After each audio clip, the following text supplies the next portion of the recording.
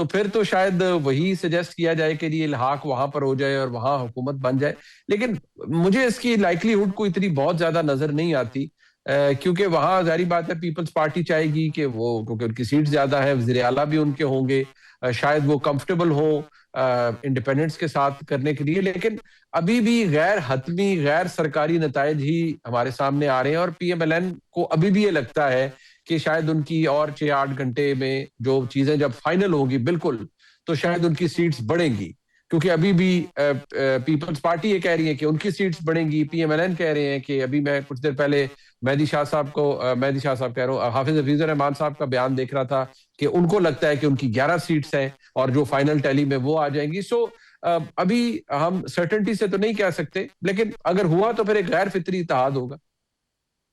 ٹھیک ہے. اچھا, اس میں جو پی ٹی آئی کا کردار ہے وہ obviously آپ نے کہا کہ ان کو اس طرح لیول پلینگ فیلڈ نہیں تھی, نہ ان کے پاس انتخابی نشان تھا, نہ ان کی سینئر قیادت اس وقت باہر تھی کہ وہ آ کے کوئی زیادہ کمپین وغیرہ کرتے, لیکن پھر بھی انہوں نے اپنے آپ کو کتنا ریلیونٹ رکھا اس الیکشن کے اندر, چاہے وہ الیکشن کمپین ہو, چاہے لوگوں کا باہر نکلنا ہو, ووٹ ڈالنا ہو. آپ کو لگا کہ تحریک انصاف نے ایک دفعہ پھر اپنے آپ کو سیاسی طور پہ ریلیونٹ رکھا ہے کہ بھائی ہم بھی ادھر ہی ہیں, چاہے آپ ہمیں قبول کرتے ہیں یا نہیں کرتے؟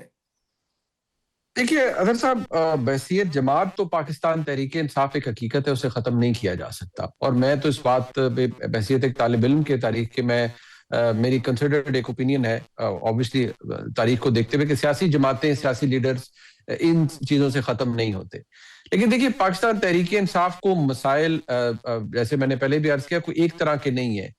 جو ایکسٹرینزک فیکٹر ہیں, ایکسٹرنل فیکٹرز ہیں, وہ تو ہیں ہی ہیں, اندر بھی بے شمار ایشوز ہیں. اور جب پارٹی کے چیئرمین کو خود بہت سے لوگ ان کو کہیں جی وہ سافٹ طبیعت ہے اس لیے انہیں جانے دیا, ان کی کیمپین بڑی بے تکی سی تھی جی, اب یہ وہ باتیں جو خود پی ٹی آئی کے لوگ کر رہے ہوتے ہیں, تو پھر آپ کو لگتا ہے کہ پارٹی کے ساتھ میرے خیال میں ایک زیادتی ہو رہی ہے اور جو سب کچھ ہو رہا ہے. لیکن بہرحال پاکستان تحریک انصاف کا نام وہاں بولتا ہے, عمران خان صاحب کی جماعت کی حیثیت سے وہ نام بولتا ہے.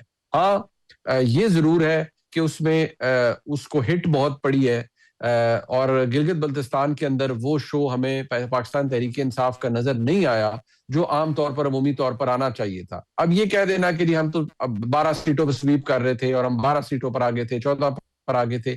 یہاں تو دیکھیے فارم 45 کی بحث اطہر صاحب 2024 میں تھی اور کافی عرصے تک اس کی گونج سنائی دیتی رہی, اب بھی سنائی دیتی ہے.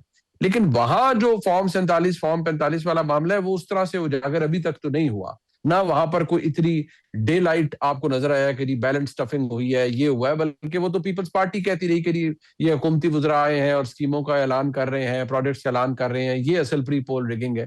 سو مجھے لگتا ہے کہ تحریک انصاف کو اگر کسی چیز کی سب سے زیادہ اس وقت ان کو مسئلہ ہے وہ ان کی اندرونی لڑائی ہے جس نے پارٹی کو بہت کمزور کر دیا ہے. اچھا, اس میں ایک اور چیز بھی ہم نے دیکھا کہ عالمی سطح پہ جو نون لیگ کی حکومت ہے اس کی کارکردگی سفارتکاری میں بڑی بہترین ہے, اور یہ بات اس کا پہلے بھی ذکر ہوا, شاید آپ سے بھی کبھی گفتگو ہوئی اس حوالے سے کہ جو بھی سفارتی سطح پہ حکومت اچیو کر رہی ہے, لیکن مقامی سطح پہ ووٹ لینے کے لیے حکومت کو کچھ چیزوں کو ملک کے اندر بھی بہتر کرنے کی ضرورت ہے. تو یہ جو گلگت بلتستان کا الیکشن ہے, کیا آپ اس کو اس تناظر میں دیکھ سکتے ہیں؟ دیکھیے میں سمجھتا ہوں اطہر صاحب دیکھنا چاہیے, وہ اس لیے کہ دیکھیے پی ایم ایل این کا یہ تیسرا بجٹ ہے جو اب اگلے 2 دن بعد آ رہا ہے. اگر اس حساب سے دیکھا جائے, اگر ہم پی ڈی ایم 1 میں نہ لیں تو پھر چلے چوتھا, لیکن چلے پی ڈی ایم ہم 2 ہی کرتے ہیں, یا ابھی جو حکومت ہے شہباز شریف صاحب کی تیسرا بجٹ آ رہا ہے. لوگوں کو بڑے سیریس کنسرنز ہیں. دیکھیے ریکارڈ ان امپلائمنٹ ہے, غربت کے ایشوز اپنی جگہ ہے, ایکسپورٹس آپ کی نیگیٹو کے اندر ہے, سرکولر ڈیٹ کے ایشوز ہیں, بے شمار ایشوز ہیں. جس چیز کو شہباز شریف صاحب پہلے دن سے کوشش کر رہے ہیں کہ فائنانس کے اندر ان کی یہ بڑی کاوش رہی ہے, کوشش رہی ہے, اور وہ کہ کوئی اسٹرکچرل ریفارمز آئیں, ان کی ٹیم نے شاید ان کو اس طرح سے ابھی تک ڈیلیور کر کے نہیں دیا. شہباز شریف صاحب کے حوالے سے بہت پازیٹیو چیزیں ہمیں سننے کو ملتی ہیں, لیکن کیبنٹ کے کچھ ممبرز کے حوالے سے یہ ایک پتہ ضرور اندازہ ہو رہا ہے کہ ان کی پرفارمنس سے شاید بہت کو مطمئن ہر جگہ یا ہر کارنر نہیں ہے. سو میرے خیال میں پی ایم ایل این کو بھی یہ سوچنے کی ضرورت ہے کہ وہ اپنا تیسرا بجٹ پیش کر رہے ہیں. چوتھے سال میں تو ایک قسم کی اکاؤنٹیبلٹی شروع ہو جاتی ہے, 5واں سال تو ہے ہی کیمپین کا.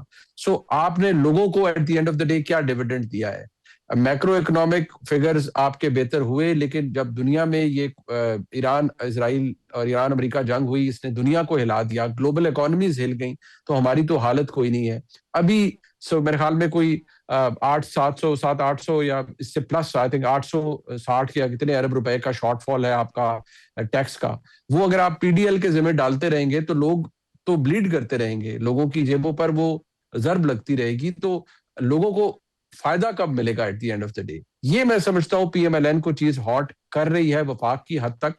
اور دیکھیے پی ایم ایل این کی بڑی کامیاب حکومت ہے ان دا سینس پنجاب میں کہ بہت کچھ ہو رہا ہے، it's a very busy government, لیکن لوگوں کو وہ ڈیویڈنڈ چاہیے جہاں وہ رہ رہے ہیں. تو گلگت بلتستان کے لوگ کیوں اٹریکٹ نہیں ہو پائے پی ایم ایل این کی طرف، خاص طور پر جب انہوں نے کہا کہ اگر آپ جی بی کو لاہور جیسا بنانا چاہتے ہیں تو ہمیں ووٹ دیں. یہ سوچنے کی ضرورت ہے پی ایم ایل این کو.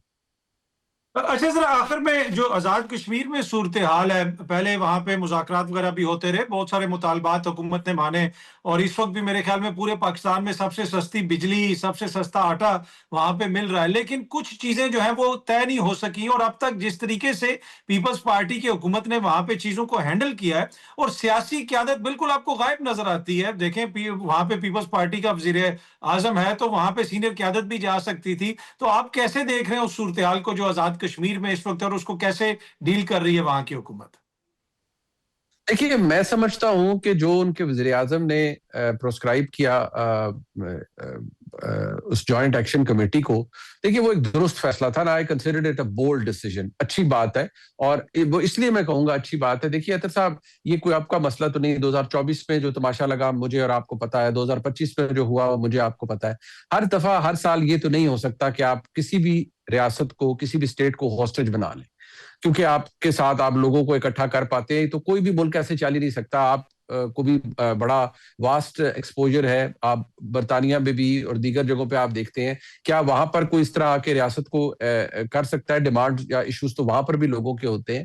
دیکھیے ایشو یہ ہے کہ اگر وہ 38 میں سے 35 چیزوں پر عمل درآمد ہو گیا ہے، باقیوں پر ابھی نہیں ہوا، تو اس کو حل کرنے کے اور بڑے طریقے ہیں. وہاں کی کورٹ ایک اپنا موقف دے چکی ہے اس چیز کے اوپر. آپ ریاست کو ہاسٹیج نہیں بنا سکتے.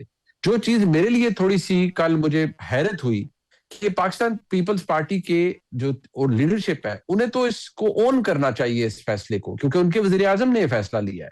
وہ کیوں یہ کہہ رہے ہیں کہ جی یہ حکومتی فیصلہ ہے، یہ پیپلز پارٹی کی پالیسی نہیں ہے؟ اس لیے کہ انہوں نے آگے انتخابات لڑنے ہیں. تو دیکھیے آپ جو مرضی کر لیں، آپ یہ دیکھ لیں اطہر صاحب، کسی کی حکومت ہو، ہم نے یہ جو ٹی ایل پی کا ایشو تھا، چاہے عمران خان صاحب کی حکومت ہو چاہے یہ حکومت ہو، آپ نے دیکھا کہ اس وقت عمران خان صاحب بھی یہ کہتے تھے کہ اسٹیٹ کو ٹیک آن مت کرے، you will not be able to handle, کہ جو اسٹیٹ کا رسپانس ہوگا. یہ گورنمنٹ آئی، وہی رسپانس ہوتا ہے. سو جو بھی بندہ اپوزیشن میں بیٹھ کے باتیں کرنا آسان ہوتا ہے، گورنمنٹ کے اندر بیٹھ کے آپ کو کرنا چاہیے. I think Peoples Party should stand behind their prime minister in all this. Munib Farooq صاحب بہت بہت شکریہ، تھینک یو سو مچ ہمیں جوائن کرنے کے لیے. بریک لیتے ہیں جی، بریک سے واپس آئیں گے تو گفتگو کے سلسلے کو آگے بڑھاتے ہیں. ویلکم بیک جی. اب تھوڑی سی بات کر لیتے ہیں گلگت بلتستان کے الیکشنز کے حوالے سے بھی بات کریں گے، اور اکانومی کے حوالے سے معاملات کس طرف جا رہے ہیں. حکومت بجٹ پیش کرنے جا رہی ہے، لیکن اپوزیشن بجٹ کو کیسے دیکھ رہی ہے؟ کیا اس بجٹ کے نتیجے میں عوام کو کچھ ملے گا؟ ان سارے معاملات پہ گفتگو کرنے کے لیے سابق وزیر خزانہ اسد عمر صاحب نے ہمیں جوائن کیا. سر آپ کا بہت بہت شکریہ. سب سے پہلے تو آپ کا کامنٹ چاہوں گا جو گزشتہ روز گلگت بلتستان میں الیکشن ہوئے، اب اس کا کافی حد تک نتیجہ بھی سامنے آ گیا ہے، تو لگتا یہ ہے کہ جو حکمراں اتحاد ہے ان کی معاشی پالیسیوں سے عوام مطمئن ہے، تو تبھی ان کو اتنا ووٹ وغیرہ پڑا. آپ سب کوئی دیکھ رہے ہیں الیکشن، میں نے تو بڑا ڈھونڈنے کی کوشش، مجھے تو کوئی گلگت بلتستان میں الیکشن نہیں نظر آیا. ہاں سلیکشن ضرور نظر آئی، الیکشن میں مجھے وہاں کوئی اس کی کوئی اثرات نظر نہیں آئے. یار کیا حالات ہیں اطہر کاظمی صاحب ملک کے اندر. میں آپ کو پتا ریگولرلی جاتا ہوں گلگت بلتستان، تو میں کوئی 6-8 مہینے پہلے گیا تھا، تو اس وقت خبر یہ تھی کہ اگلی باری جو ہے وہ شاید آئی پی پی کو دی جائے گلگت بلتستان میں. پھر اس کے بعد پچھلے 3-4 مہینے پہلے گیا تو انہوں نے کہا کہ جی نہیں وہ بدل گیا پلان، تو اب پیپلز پارٹی کو دی جائے گی باری. مطلب کیا آپ تحریک انصاف کے جناب چیئرمین جو اصل چیئرمین ہے ان کے عمران خان، وہ جیل کے اندر. ان کا گلگت بلتستان کا وزیر اعلیٰ خالد خورشید جو ہے، اس کو پتہ نہیں 12-15 سال کی سزا کی ہوئی ہے، وہ انڈر گراؤنڈ.